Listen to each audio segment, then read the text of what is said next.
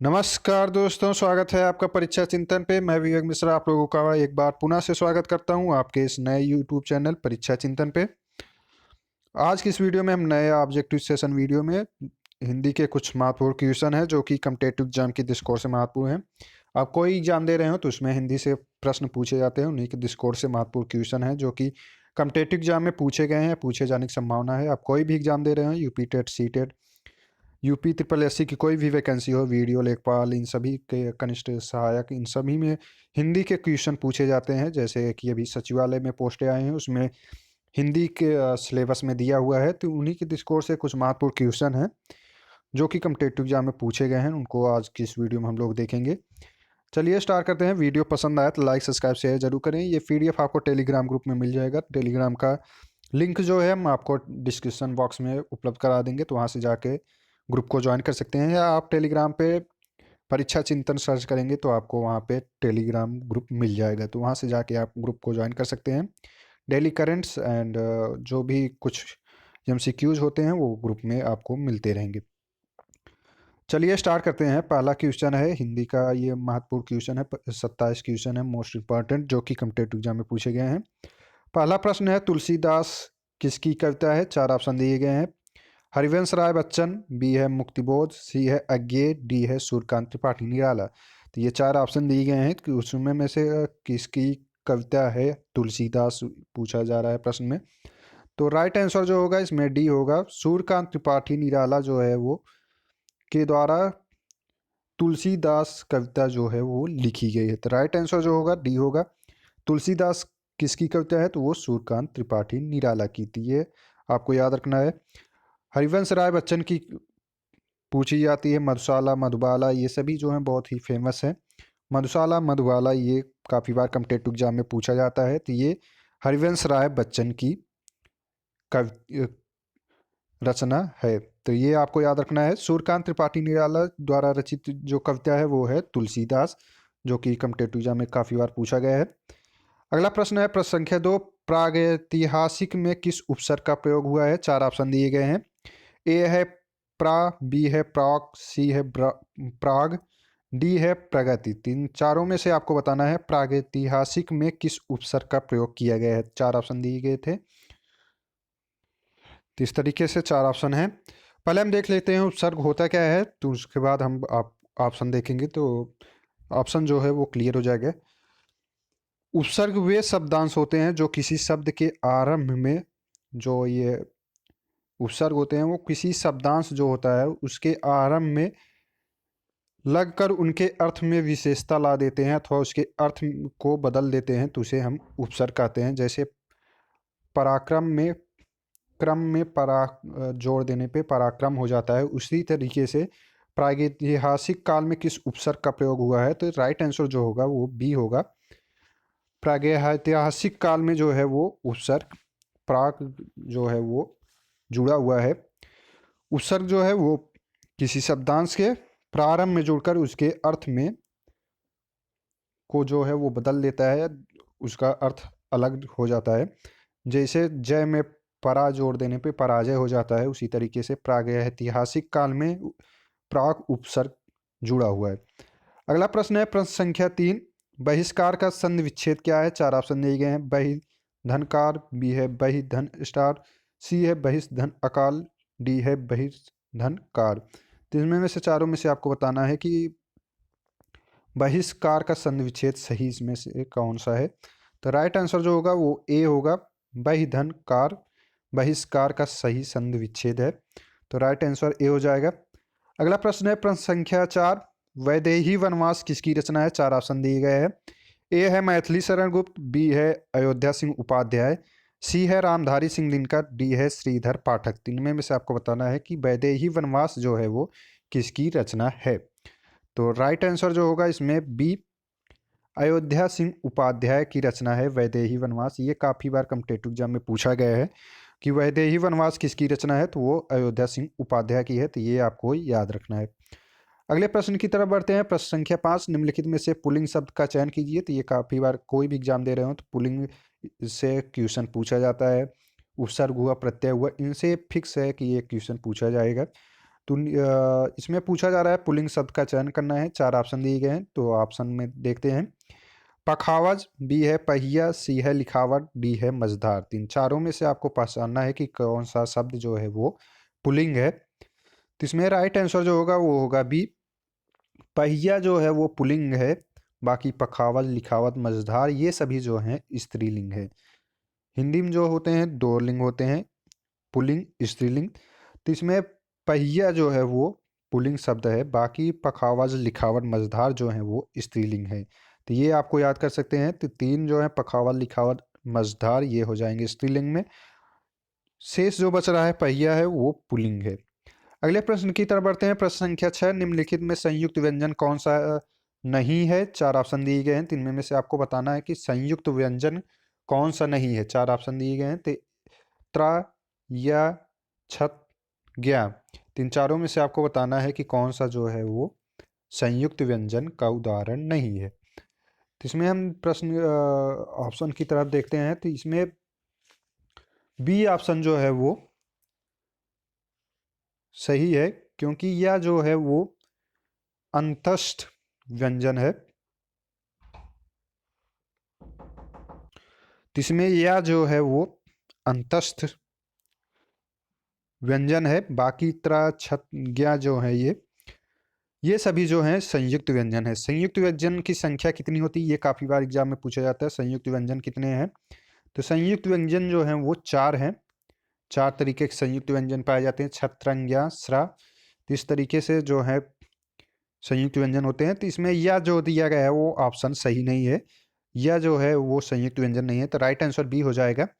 यह जो है वो अंतस्थ व्यंजन है, यारा, लावा, ये 4 जो हैं वो अंतस्थ व्यंजन है। अगले प्रश्न की तरफ बढ़ते हैं। प्रश्न संख्या 7, मृत्युंजय पद में कौन सा समास है। 4 ऑप्शन दिए गए हैं। ए है बहुव्रीहि समास, बी है द्विग समास, सी है द्वंद्व समास, डी है कर्मधारय समास। इनमें में से आपको बताना है कि मृत्युंजय पद में कौन सा समास है। तो राइट आंसर जो होगा वो होगा सी, सॉरी ए, बहुव्रीहि समास जो है वो मृत्युंजय पद में पाया जाता है। तो राइट आंसर हो जाएगा ए, बहुव्रीहि समास। मृत्युंजय जो है वो उसमें कौन सा समास है, तो बहुव्रीहि समास हो जाएगा। तो बहुव्रीहि समास जिस समासिक पद शब्द के दोनों पद अप्रधान हो और समस्त पद के अर्थ के अतिरिक्त कोई सांकेतिक अर्थ प्रदान हो, उसे हम बहुव्रीहि समास कहते हैं। इसमें दोनों पद जो होंगे वो अप्रधान होंगे और समस्त पद के अर्थ के अतिरिक्त कोई सांकेतिक अर्थ जो है वो निकलता है। जैसे नीलकंठ, नीला है कंठ जिसका, नीलकंठ हो जाएगा। तो ये जो है वो बहुव्रीहि समास है। इसमें तीसरे अर्थ की तरफ संकेत दिया जा रहा है, अर्थात नीलकंठ में नीला है कंठ जिसका, अर्थात शिव। तो इसमें शिव की तरफ संकेत दिया जा रहा है। तो ये हो जाएगा बहुव्रीहि समास। अगला प्रश्न है प्रश्न संख्या 8, अलंकार में किस उपसर्ग का प्रयोग किया गया है। 4 ऑप्शन दिए गए हैं। ए है अलन, बी है अल, सी है अल, डी है अलन। तो इसमें से आपको पहचाना है कि कौन सा जो है वो आंसर सही होगा अलंकार में उपसर्ग के रूप में। तो राइट आंसर जो होगा वो डी, अलन जो है वो अलंकार में उपसर्ग प्रयोग किया गया है। उपसर्ग हमने पीछे बताया हुआ है कि उपसर्ग जो है वो किसी शब्दांश के शुरुआत में जुड़कर उसके अर्थ जो है वो बदल देता है, तो उसे हम उपसर्ग कहते हैं। तो अलन जो है वो अलंकार में उपसर्ग जुड़ा हुआ है। अगला प्रश्न है प्रश्न संख्या 9, यह पुस्तक किसकी है में रेखांकित शब्द का पद परिचय दीजिए। 4 ऑप्शन दिए गए हैं। गुणवाचक विशेषण पुस्तक विशेष से है, एक वचन। बी है सार्वनामिक विशेषण पुस्तक विशेष, एक वचन स्त्रीलिंग। सी है सर्वनाम, एक वचन स्त्रीलिंग। डी है संबोधन अव्यय। 3 तरीके से भी क्वेश्चन दे दिया जाता है पहचानने के लिए। तो इसमें राइट आंसर जो होगा वो होगा बी, सार्वनामिक विशेषण पुस्तक विशेष, एक वचन स्त्रीलिंग। तो ये राइट आंसर हो जाएगा। अगला प्रश्न है प्रश्न संख्या 10, विश्लेषण शब्द का विलोम होगा। 4 ऑप्शन दिए गए हैं। ए है व्याख्या, बी है विवेचन, सी है संश्लेषण, डी है विभाजित। तो इसमें में से राइट आंसर जो होगा वो होगा सी, विश्लेषण का शब्द का सही विलोम अर्थ जो है वो संश्लेषण होगा। तो राइट आंसर सी हो जाएगा, संश्लेषण का विलोम जो है वो विश्लेषण। अगला प्रश्न है प्रश्न संख्या 11, जिनका उच्चारण ऊपर के दांतों पर जीभ लगाने से होता है उन्हें क्या कहते हैं? 4 ऑप्शन दिए गए हैं। ए है मूर्धन्य, बी है कंठ, सी है दंत, डी है अनुनासिक। इसमें से राइट आंसर जो होगा वो होगा सी, दंत। जिनका उच्चारण ऊपर के दांतों पर जीभ लगाने से होता है उन्हें हम दंत स्वर कहते हैं या उच्चारण कहते हैं, व्यंजन। तो राइट आंसर जो हो जाएगा वो हमारा सी, ऊपर के दांतों पर जीभ लगाने से ये दंत का उदाहरण है। दंत वर्ग में टा ठा डा ढा जो है ये दंत व्यंजन है, जो कि 5 है। अगले प्रश्न की तरफ बढ़ते हैं। प्रश्न संख्या 12, निम्नलिखित में से ऊष्म व्यंजन कौन से हैं? 4 ऑप्शन दिए गए हैं, तिनमें में से आपको पहचानना है कि ऊष्म व्यंजन कौन सा है। ए है च छ ज, बी है स स स, सी है अ ब स, डी है या रल या र ल। इसमें में से पूछ रहा है कि ऊष्म व्यंजन कौन सा है। तो राइट आंसर जो होगा इसमें बी, बड़ा सा, खटकोड़वा सा और छोटा सा जो है ये ऊष्म व्यंजन है। इसमें एक और शब्द होता है ह। तो ये 4 जो हैं वो ऊष्म व्यंजन है, जबकि 4 जो हैं वो संयुक्त व्यंजन होते हैं, छत्रंग्यास्रा इस तरीके से। और अंतस्थ व्यंजन जो है वो या रा ला वा।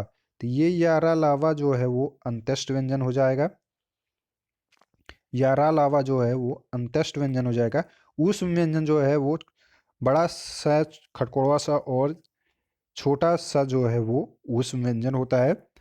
तो इस तरीके से भी पूछ लिया जाता है। ऊष्म व्यंजन की जगह पे दे दिया जाएगा अंतस्थ व्यंजन, इसमें में से पहचानिए कौन सा है। तो या रा लावा जो है वो अंतस्थ व्यंजन होगा। तो इसमें प्रश्न में पूछा गया क्योंकि ऊष्म व्यंजन, तो ये बी ऑप्शन जो है वो सही होगा। अगले प्रश्न की तरफ बढ़ते हैं। प्रश्न संख्या 13, अत्यधिक का विलोम क्या होगा? 4 ऑप्शन दिए गए हैं, तो इसमें से पहचानना है कि अत्यधिक का विलोम क्या है। ए है अनधिकत, बी है अत्यल्प, सी है अत्याधिक, डी है अनधीन।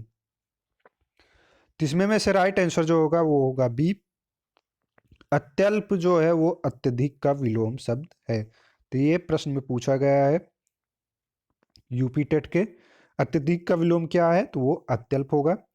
अगला प्रश्न है प्रश्न संख्या 14, रित का विलोम क्या होगा? 4 ऑप्शन दिए गए हैं, इनमें में से आपको पहचानना है। ए है विकीर्ण, बी है अनृत, सी है वक्र, डी है अनैक। इन चारों में से आपको बताना है कि रित का विलोम क्या होगा। तो इसमें राइट आंसर जो होगा, रित का विलोम शब्द जो है वो अनृत है।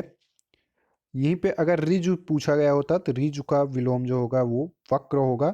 ये भी काफी बार एग्जाम में पूछा गया है, रिजु का विलोम जो है वो वक्र होगा। यहाँ पे प्रश्न पूछा गया है रित, तो ये ऑप्शन बी हो सही हो जाएगा, अनृत जो है वो रित का विलोम शब्द है।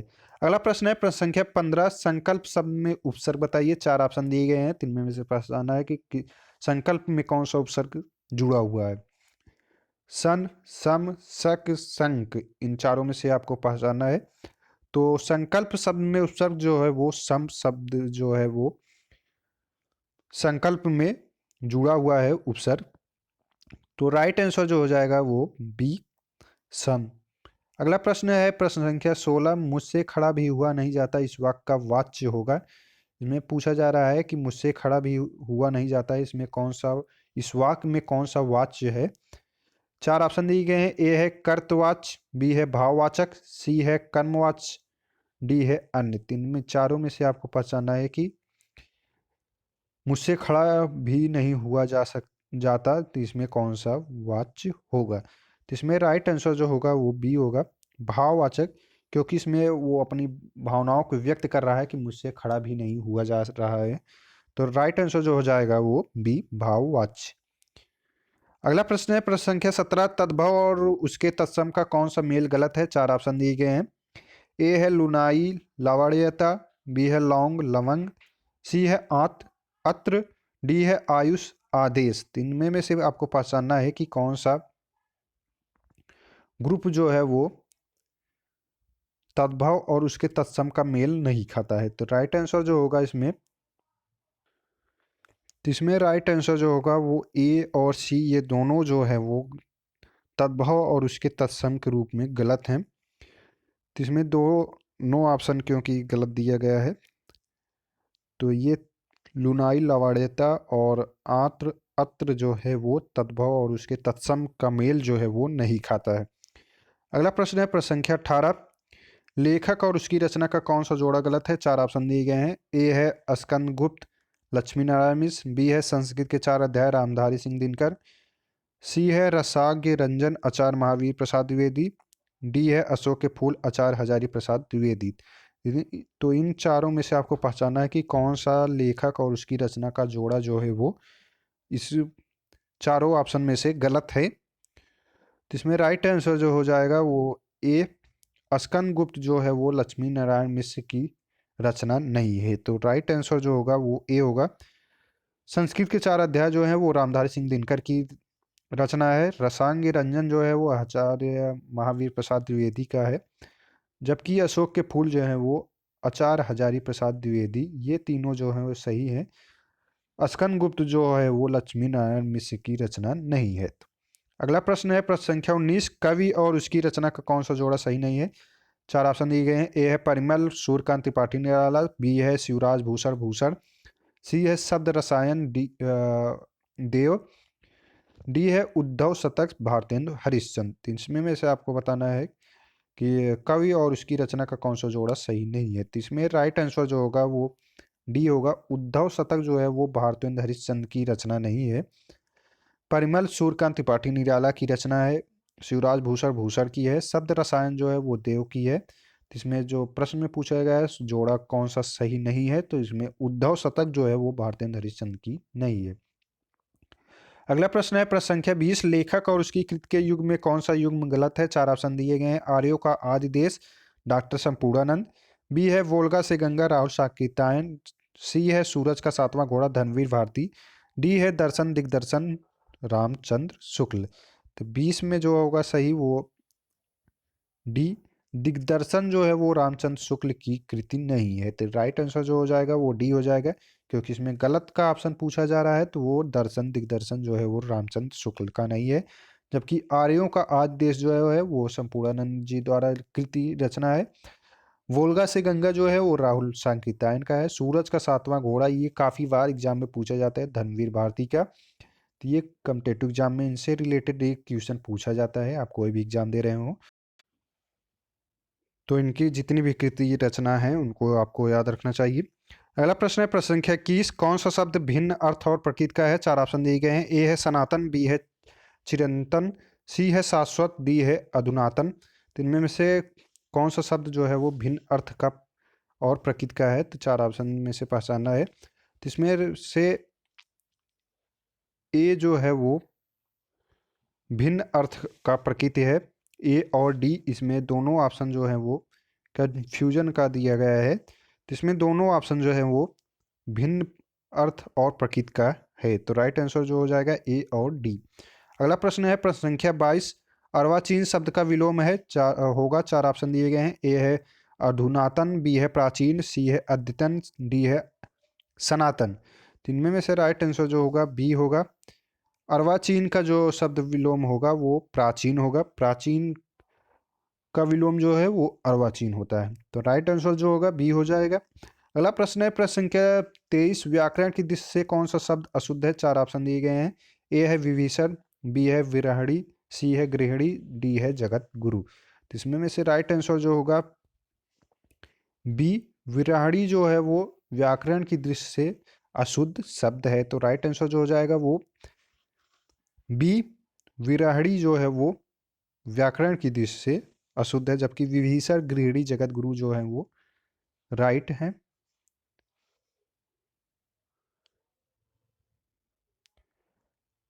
अगला प्रश्न है प्रश्न संख्या 24। निम्न में से कौन सा युग्म गलत है? चार ऑप्शन दिए गए हैं। मुट्ठी गर्म करना, रिश्वत देना, बी है लुटिया दुबाना, सारा काम चौपट होना, सी है सब्ज बाग दिखलाना, हरा भरा करना, डी है माइक लाल सासी व्यक्ति। तो इनमें में से आपको पहचाना है गलत कौन सा है। तो राइट इसमें से सही ऑप्शन जो है वो सी सब्ज बाग दिखलाना, हरा भरा करना, ये जो युग्म है वो गलत है। मुट्ठी गर्म करना, रिश्वत देना, ये सही है। लुटिया दुबाना, सारा काम चौपट होना, ये भी सही है। माइक लाल मतलब शासी व्यक्ति, ये भी सही है। अगला प्रश्न है प्रश्न संख्या 25। मेरी भव बाधा हरो राधा नगर नागर सोई, जा तन की छाई पड़े श्याम हरित दुति होय। तिनमें में से आपको पहचानना है कि कौन सा अलंकार है। ए है श्लेष, बी है अन्योक्ति अलंकार, सी है यमक, डी है रूपक। तीन चारों में से आपको पहचानना है कि मेरी भव बाधा हरो राधा नागर सोय, जा तन की छाए पड़े श्याम हरि दुत होय में कौन सा अलंकार है। तो राइट आंसर जो होगा इसमें,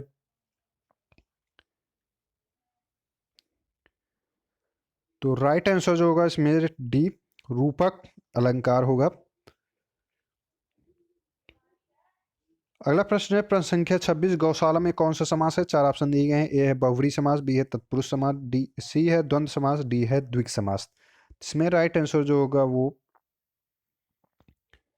गौशाला में जो है गौ के लिए शाला अर्थात गौशाला, तो ये तत्पुरुष समास जो होगा गौशाला में होगा। तो राइट आंसर जो हो जाएगा गौशाला में कौन सा समास है, तत्पुरुष समास हो जाएगा। अगला प्रश्न है प्रश्न संख्या 27। देशभक्त में कौन सा समास है। चार ऑप्शन दिए गए हैं।